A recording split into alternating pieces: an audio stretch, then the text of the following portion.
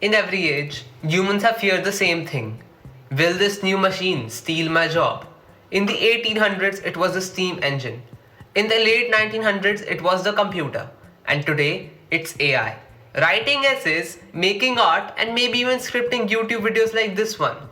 But here's a twist. Every so-called job killer in history has also been a job creator. So the real question is not, will AI take our jobs? It is, how will AI reshape the economy? And how can we ride with the wave instead of being crushed by it? Let's rewind to the Industrial Revolution. Before factories, most people worked on farms. Then came the steam engines, spinning jennies, and mechanized looms.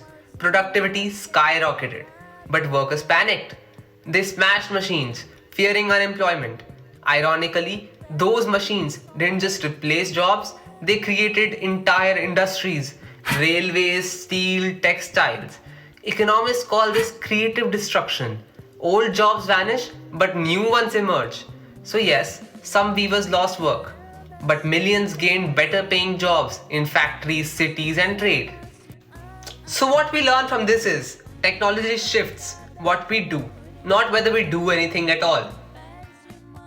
Now, let's talk about the second revolution: electricity and mass production.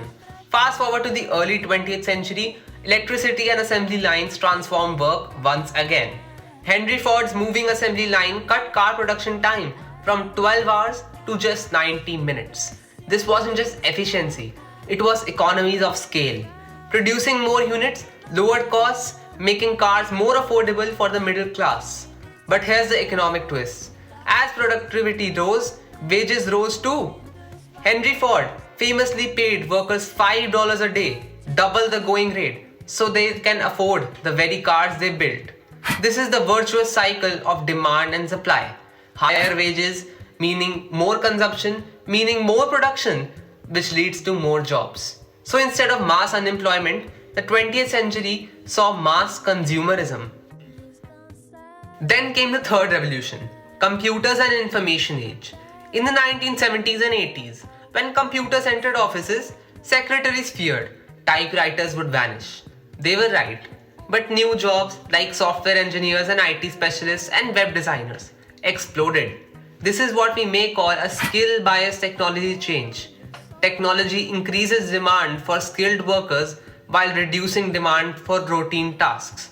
That's why wages for college educated workers soared while routine clerical jobs shrank. And here's the paradox: computers did not reduce our work hours, they made us even busier. Emails replaced letters, spreadsheets replaced ledgers, and somehow we still complain about Mondays. And now we stand at the dawn of the AI revolution. AI can already write code, diagnose diseases, and generate art. From an economic point of view, AI is a general purpose technology, like the electricity or the internet. It doesn't just improve one sector, it transforms literally every single sector. Here's the tension: routine repetitive jobs like data entry, basic accounting, or even some legal research are at risk. Meanwhile, jobs requiring creativity, empathy, and complex problem solving are also not thriving. So, what will? We are not sure. But one thing is for certain: there will be a polarization of labor markets. Middle skill jobs will shrink, while high skill and low skill jobs may grow. So, yes, AI will disrupt, but it will also create new industries we can't yet imagine. So, the real question is, how do we adapt? Economics gives us three lessons. Firstly, invest in human capital. Just like past revolutions rewarded literacy and technical skills, AI rewards adaptability, creativity, and lifelong learning. Translation: do not just learn to use AI, learn to think with it. Secondly, embrace the comparative advantage. Let AI do what it's good at: pattern recognition and automation. Humans should focus on what machines really struggle with: judgment, ethics, storytelling, and emotional intelligence. Thirdly, build institutions for stability.